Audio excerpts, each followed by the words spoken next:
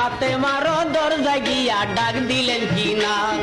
মা ফাতেমাই এক ডাক দুই ডাক তিন ডাক শুনিল, চার ডাকের ওই সময় মায়ে জবাব যে দিল, কি জন্যেতে গয়া বা ডাকতাছে না মায়।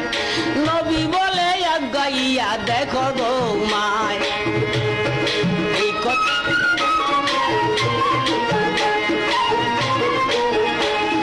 নবী বলছেন আগাইয়া দেখো গো মা।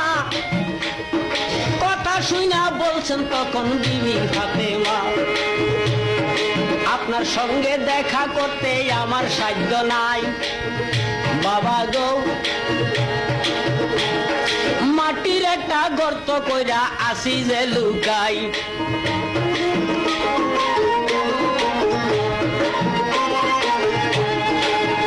বাবা গো,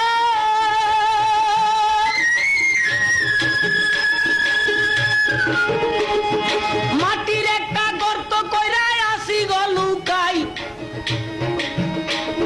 সারাদিন ওই ব্যস্ত ছিলাম আপনাকে জানাই, আমার সিরা কার্পে তালি দিতে গয় আব্বা,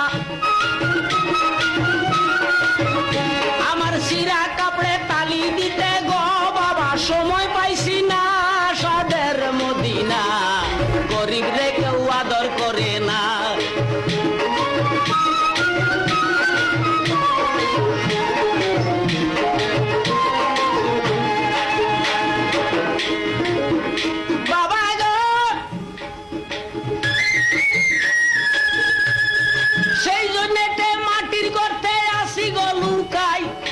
আপনার সঙ্গে দেখা দিতে আমার সাধ্য নাই। এই কথাটা শুই নাই আমার নবী মস্ত পায়, গায়ের চাদর খানি মেলাই দিলেন ফাতেমায়। চাদর ফাইয়া চাদর ফিন্দি গর্ত হইতে উঠলেন আমার মায়। দরজায় আইসা বাবার সঙ্গে সাক্ষাৎ কইরা যায়, কি জন্যে ডাকছেন গো আব্বা বলেন চাই বুঝাই।